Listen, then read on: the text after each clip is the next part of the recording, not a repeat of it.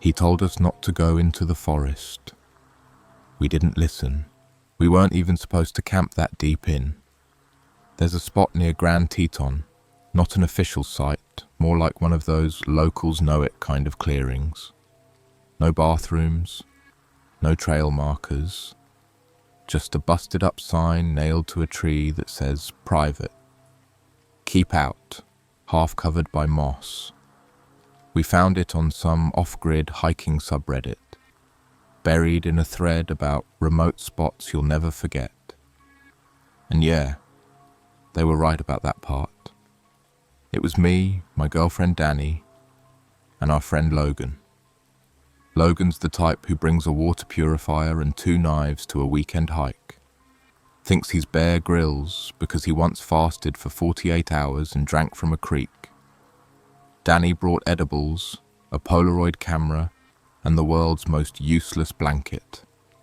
I brought Costco snacks, the REI tent, and what I thought was a chill attitude. In hindsight, I was the least prepared of the 3 of us. We drove 6 hours out from Salt Lake, parked near the ranger station, the official one with trail maps and that fresh wood smell, and then hiked about 4 miles off the path. The moment we veered off the main trail, everything got quieter, like nature hit the mute button.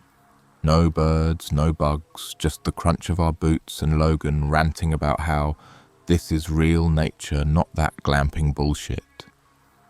About halfway in, we passed this guy sitting on a fallen log. Not hiking, not camping, just sitting there smoking something that wasn't weed. He looked maybe late 50s, sunburnt, dressed like someone who hadn't bought new clothes since Y2K. Black hoodie, camo pants, giant mud-caked boots. He didn't say anything at first, just watched us like we were a TV show he didn't like, but couldn't stop watching. "You're going up to that clearing?" he finally asked. Logan said yeah, and that it was public land. The guy spat something dark onto the dirt and said, dead serious, "Don't go past the creek, you hear me? That part don't belong to anyone. It don't want visitors." I laughed, mostly because I was high, and the way he said it, "don't want visitors," sounded like something from a bad horror movie. Logan nodded, but you could tell he didn't give a shit. We walked past him and he didn't say anything else, just kept watching. Anyway, we got to the clearing. Beautiful in that this would look great on Instagram, but I don't have signal kind of way. Trees forming this natural dome overhead, mushrooms growing in perfect little circles, no signs of other campers, no trash, no fire rings. Almost too clean. We set up the tent, got the fire going, roasted some marshmallows, cracked open warm White Claws from the Yeti cooler. Logan kept joking about the forest that don't want visitors in this fake southern voice. Danny tried to take a Polaroid of the sunset, but the photo came out black, like she clicked too late. That night I heard something. Around 3 a.m, I think. Crunching, slow, deliberate, like boots. I figured it was Logan taking a leak, but then I remembered I saw his sleeping bag zipped up when I rolled over earlier. Danny was curled up beside me, breathing all soft. I sat up and held my breath. The crunching stopped. Then nothing. I waited, maybe 5 minutes. Then I whispered, "Logan?" Nothing. "Hey, dude, you out there?" Nothing. Next morning, Logan was pissed. His boots were missing. Gone. Not misplaced, not buried, fucking gone. He was convinced it was a bear or something, but the weird part? His socks were folded up inside the tent next to his sleeping bag. Like whoever took the boots didn't even want to wake him. We made a joke out of it. Danny offered her flip-flops. I had backup sneakers, a size too small for him. He limped around in those all day, but it wasn't funny for long. Around noon we found boot prints. Not ours. way bigger than any of ours, deep like someone heavy was stomping around, but they weren't leading anywhere. They circled the tent, twice, then just stopped. Right near the creek the old man mentioned. I said we should leave. Logan called me paranoid. Danny stayed quiet.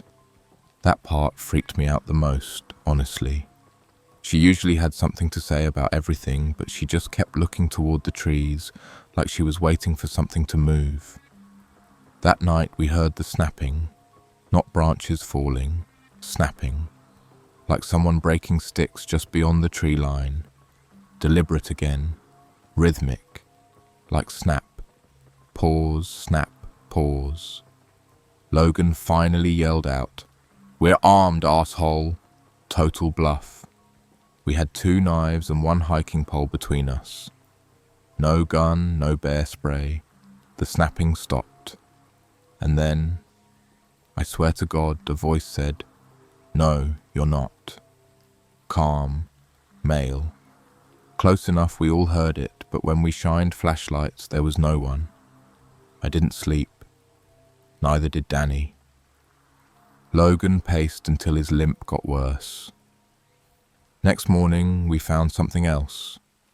One of Danny's Polaroids, the one she hadn't even developed yet. It was lying right in front of the tent, face down in the dirt. On the back, someone had written, "I said don't go past the creek," in our handwriting. But none of us wrote it. And the photo? When we peeled it open, it showed all 3 of us sleeping in the tent. Except the angle wasn't from inside, it was from outside, looking in. I wanted to pack up right then and there, didn't even care about the cooler, the tent, any of it. I just wanted out. But Logan was doing this tough guy act like he always does when he's scared. "It's just some psycho messing with us," he kept saying. "If we leave now, we're letting them win." I looked at Danny. She didn't say a word. She just stared at that photo like it was burning a hole through her. I asked her straight up, "Did you take this?" She shook her head. "It wasn't in the camera last night," she mumbled. "I didn't even snap one." I flipped it over again. It wasn't just a photo of us sleeping. You could see a hand. In the bottom right corner, just barely. It looked like it was resting on the tent mesh, like whoever took it was crouching right there. That's when I said we needed to leave. Logan fought me on it. "Let's just stay until morning," he said. "Get a few more hours of rest, and we'll hike out early." I almost punched him.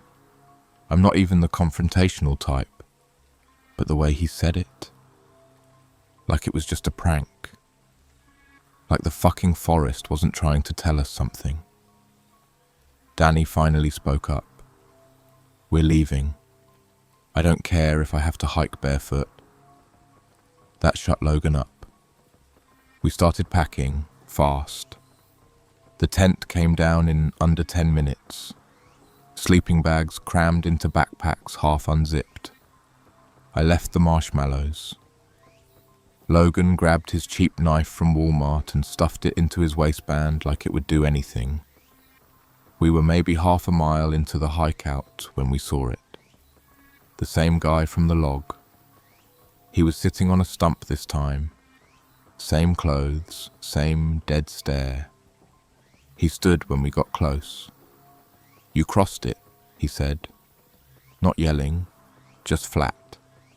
Like a grocery store cashier reading a receipt.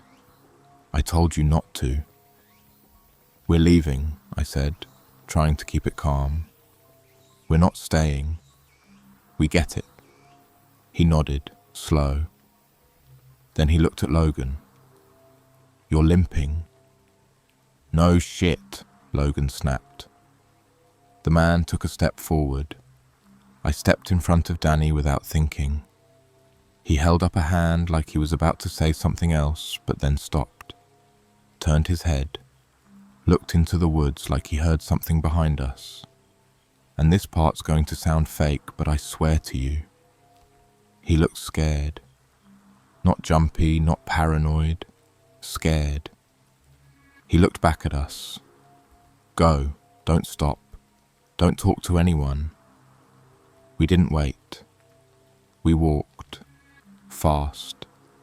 No one talked. It should have taken us maybe an hour to get back to the car. Hour and a half tops. But we kept walking, and walking, and the trail didn't look right. We passed the same rotted tree 3 times. I know because Logan carved FU into it with his knife after the first loop. Danny started crying, not loud, just silent tears. Her legs were shaking. I gave her all the water we had left. Then the whistling started. It came from ahead of us. Just 3 soft notes, repeated. Same notes every time. Wee woo wee. Pause. Wee woo wee. We froze. It didn't stop. Just kept going. Logan whispered, "You think that's the guy?" And then, right after he said that, we heard another set of whistles behind us. Same 3 notes. Like an echo, but not really. Like someone else was back there, copying the first one. Then a third whistle. From our right. Danny sobbed, "We're surrounded." I didn't want to believe her, but I knew she was right. The air felt heavier, my ears were ringing, like my body already knew what was about to happen before my brain caught up. We ran. I don't know how long. The sun was going down and we had no idea where we were. Every tree looked the same. I dropped my pack somewhere. Didn't care, just ran. Eventually we made it to a clearing. Not the clearing, a different one. This one had a fire pit, fresh, still warm. Someone had been here minutes before. There were 3 stumps arranged around it, and on each stump, a Polaroid.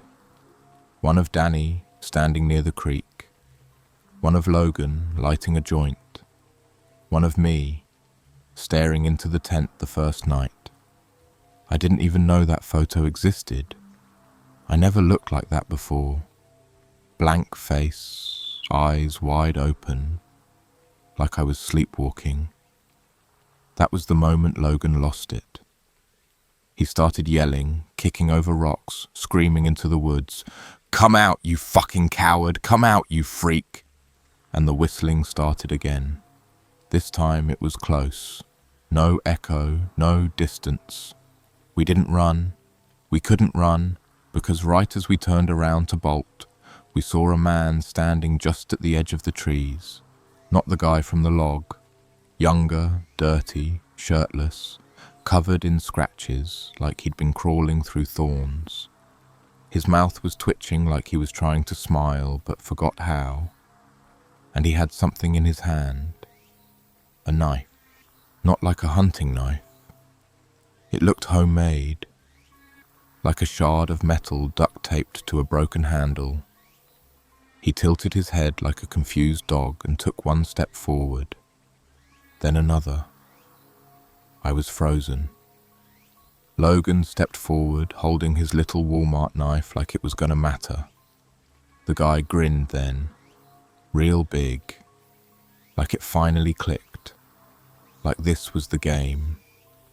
He raised his knife, and then something knocked him over.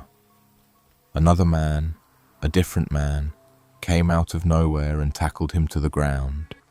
Shirtless too, filthy, like they were living out here, like fucking animals. They started fighting, no words, just groaning, spitting, biting. We ran, we didn't stop until the forest started thinning. By the time we got back to the car, it was dark. The ranger station was closed. I drove without saying a word. We hit the first gas station we could find and just sat in the parking lot for an hour, shaking. We never called the cops. What were we even supposed to say? Hey, there are knife guys in the forest. One tackled the other, and also someone took photos of us sleeping. Danny deleted all her photos. Logan threw his knife into a dumpster behind a Waffle House. I haven't been camping since, but I swear, every few weeks I hear those 3 whistles outside my window, just soft enough to make me wonder if I imagined it. Wee woo wee. It's been 6 months. I should have moved, changed my number, cut ties with Logan and Danny, but I didn't. I did what most people do after something traumatic. I tried to shove it down and act like I was fine. But here's the thing. I wasn't fine. I started hearing those 3 fucking notes every time I tried to sleep. And not like sleep paralysis or dream shit either. I'd be lying there, almost drifting off, and then... wee woo wee. Always outside, always faint, always followed by dead silence. I kept the window shut. I moved my bed away from the wall. I even recorded entire nights on my phone to prove I was losing it. But every single recording came back silent. No whistle, no sound, just my sad little breaths and the occasional car 2 blocks away. I didn't talk to Danny for a while. She went off the grid, deleted her Instagram, ghosted our group chat.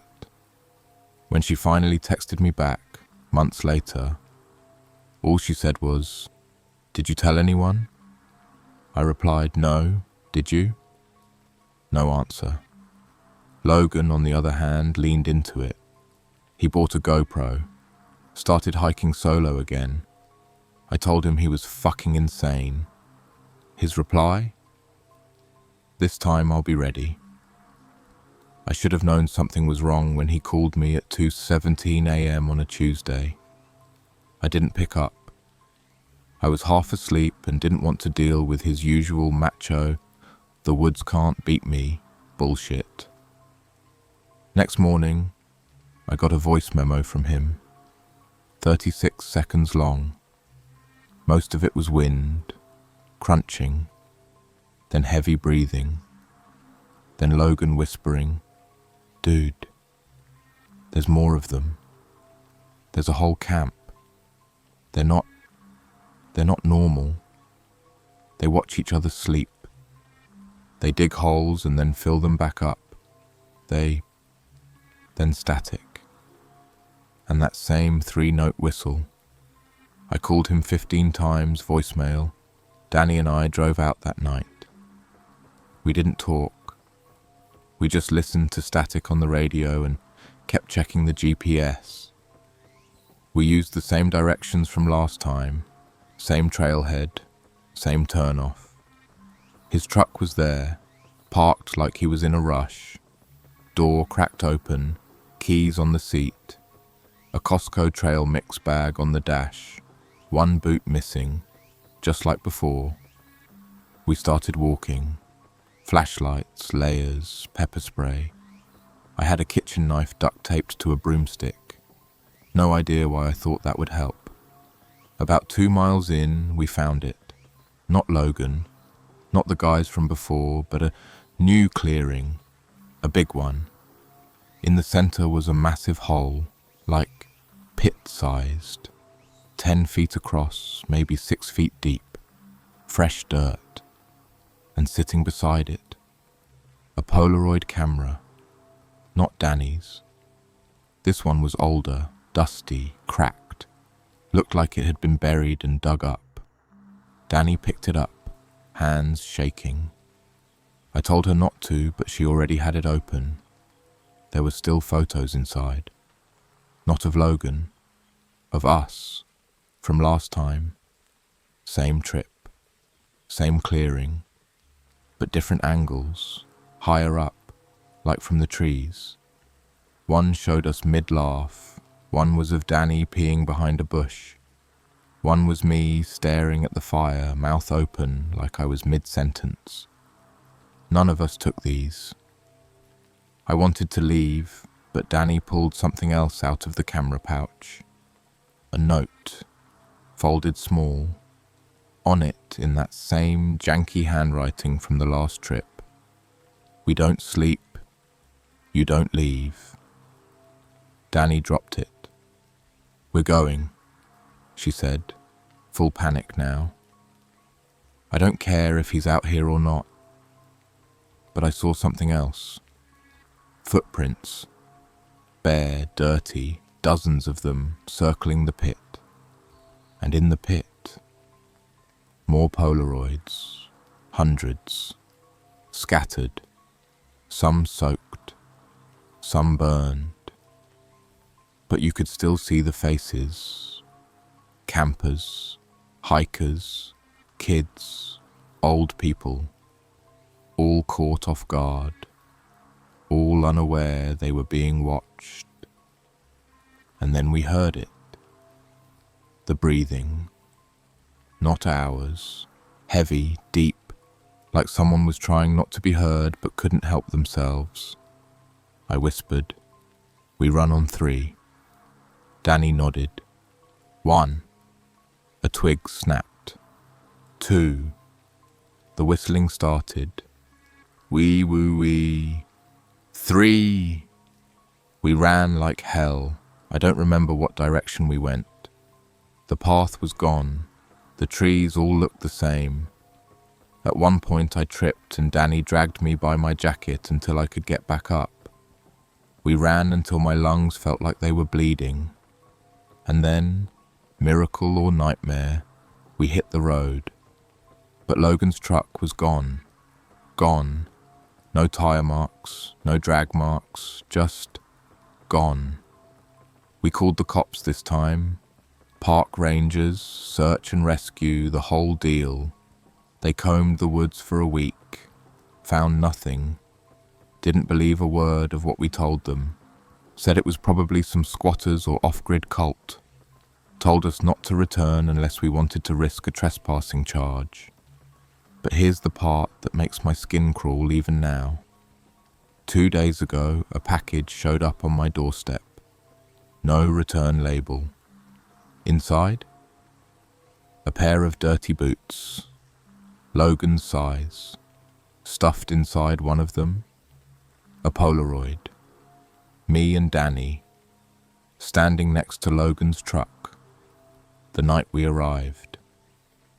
We're looking right at the camera, but we didn't take it. And behind us, blurry in the tree line, is a man crouched low, shirtless, with something shiny in his hand. I didn't sleep for 2 nights after that package showed up. Not a single minute. I sat on my floor with every light on, kitchen knife in my lap, TV playing reruns of Friends just to fill the silence with something human. I texted Danny, but she didn't reply. Not even a read receipt. The only other person I could think to call was my older brother, and he lives 4 states away. And even if I had called him, what was I supposed to say? Hey bro, some shirtless lunatic who lives in the woods is mailing me photos of myself. Also, our friend might be dead, but no one believes us. The next morning, I drove to Danny's apartment. Her car was there, but she wasn't answering the door.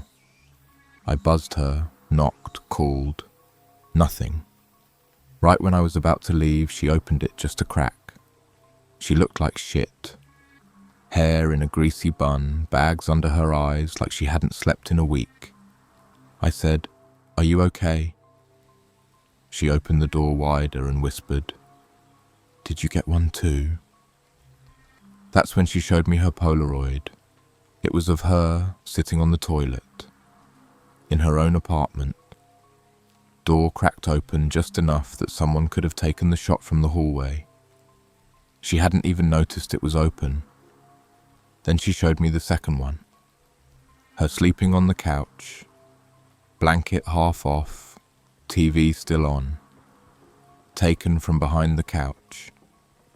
You could see the top of some bald guy's head in the frame, like he was crouching behind her with the camera.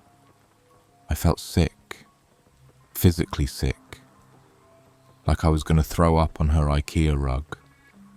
That's when I said it. We need to go back. Danny looked at me like I'd lost my fucking mind. But I wasn't trying to be a hero, I wasn't trying to find Logan. I just wanted to end it. Whatever this was, whatever the fuck followed us back, whatever was watching us, it wasn't going to stop unless we dealt with it.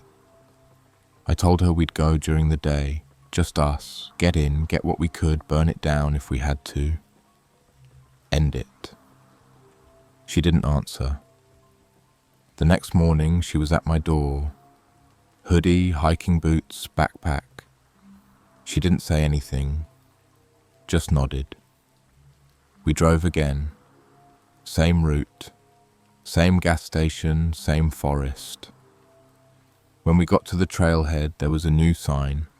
Danger, no trespassing, active landslides, total bullshit. There hadn't been a landslide in that area for decades. It was just their way of keeping people out without calling it what it really was. Something's wrong out there and we can't explain it. We ducked under the rope and went in. About a mile in, we found something new. A backpack. Old, mouldy, ripped open at the bottom like it had been dragged. Inside was a phone, cracked, dead, but still there, along with a crushed can of Monster, a torn-up field journal, and a blood-stained sock. Not ours, not Logan's either. Danny turned to me and said, "There's more." I didn't want to know what she meant, but I already did. We were never the first. We weren't even special. We made it to the clearing again. Not the original one, not the pit, but a new one. This forest had layers, like it was rebuilding itself, shifting its parts. There were tents this time, old, mouldy, sun-bleached. A dozen maybe, scattered like a kid's playset, all empty. No people, no bags, no sleeping bags. But there were Polaroids nailed to the trees, hundreds of them. Some had X's drawn through the faces. Some had writing on the back. Names, numbers, coordinates, weird symbols. And some were of us again. One of Danny from 2 nights ago at her kitchen sink. One of me, this one made me freeze, brushing my teeth in the reflection of my bathroom mirror. Except if you looked close, you could see someone standing in the shower behind the curtain. I don't have a curtain. I dropped it. That's when we heard the breathing again. Not one person, multiple. And they weren't hiding this time. Out of the trees came 3 of them, shirtless, dirty, caked in mud like they rolled in it. All men. Different builds, eyes glazed over like they hadn't blinked in a week. One held a Polaroid. One had a chunk of bone or wood tied to his wrist like a charm. One was whispering something over and over again. Couldn't make out the words. We backed up. They didn't stop. Then one of them said it, clear as day. "We're your memories now." And that was it. No threat, no movement. They just stood there, watching us like zoo animals, waiting for something. Then we heard the whistling. It wasn't from them. It was from behind us. Wee woo wee. We turned. There were more. 5, 6, maybe more. All different. All watching. All smiling. and then one of them stepped forward and threw something at my feet. It was a boot. Logan's. Still bloody. Still warm. Danny screamed. I grabbed her hand and ran, dragging her behind me. We didn't look back.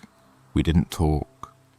We just ran until our lungs gave out, until my knee locked up, until the trees started to thin, and we finally saw the road. And there it was. Logan's truck. Back. Same exact place. Engine still warm. Keys in the ignition. And in the passenger seat, a new Polaroid. Me and Danny, taken seconds ago, from behind, which means one of them was with us, the whole way back. We didn't speak the entire drive back, not even once. I think Danny was in shock. She just stared out the window with her hands clenched so tight around the sleeves of her hoodie that her knuckles turned white. My own hands were shaking so bad I could barely hold the wheel straight. And every time I blinked, I swore I saw someone in the rearview mirror. But the highway was empty. At least that's what I kept telling myself. We made it to my place before midnight. We didn't even go inside at first. Just sat in the car with the engine still running. That Polaroid was sitting between us on the dash, staring us down. I almost threw it out the window, but I didn't.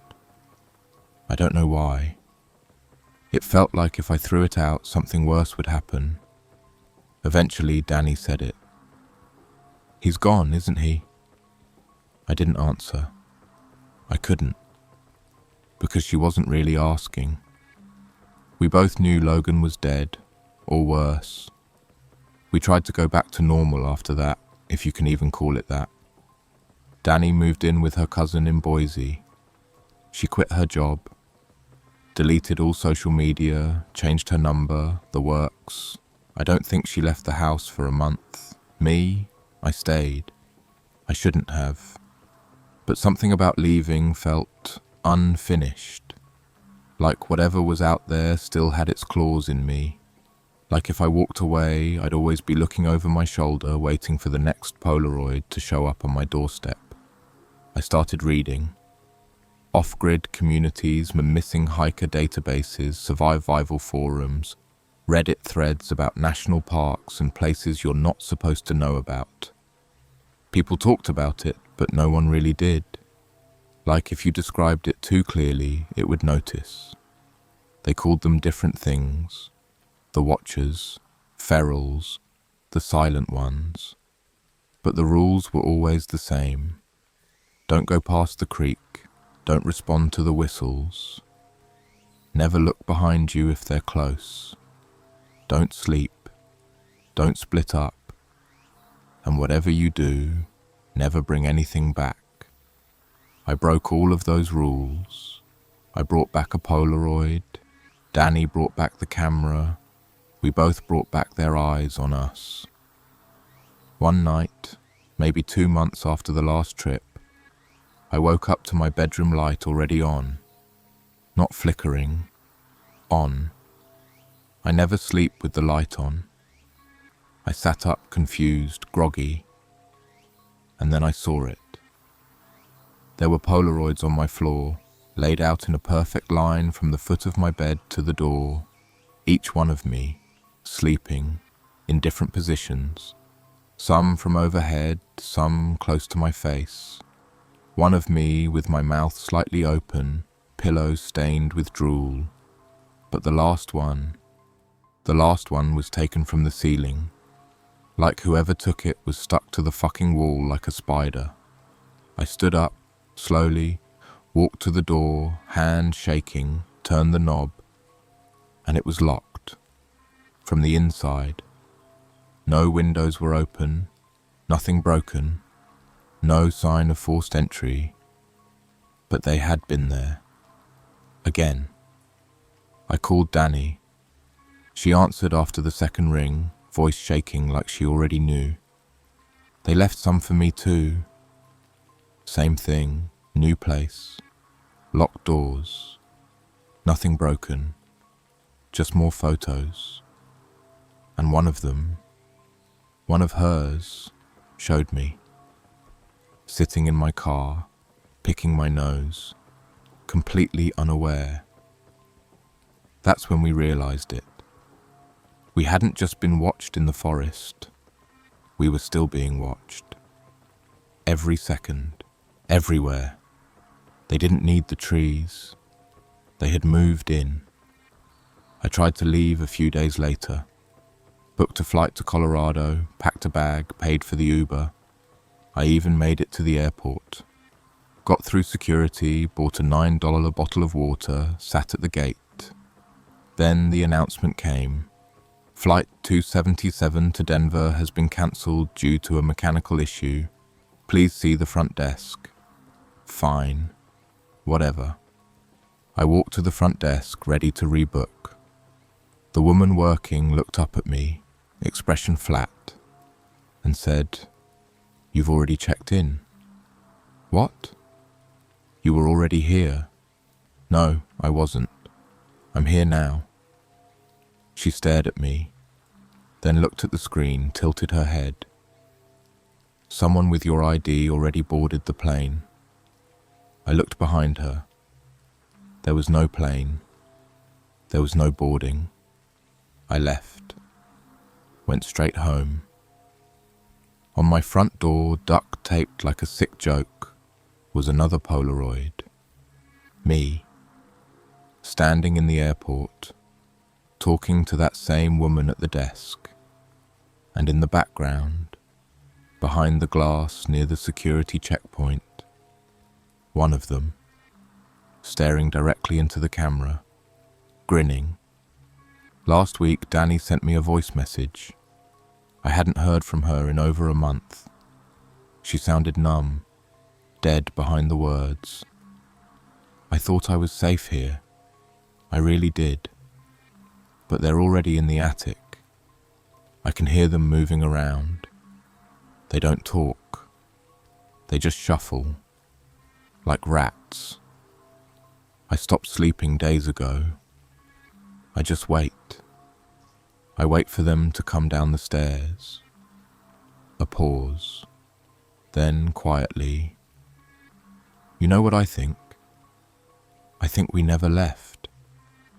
I think we died out there. And this is just where they keep us now." I tried calling her back. Nothing. Tried again, straight to voicemail. Tonight, I found a new photo. It was taped to my bathroom mirror. Of me, right now, sitting at my desk, writing this.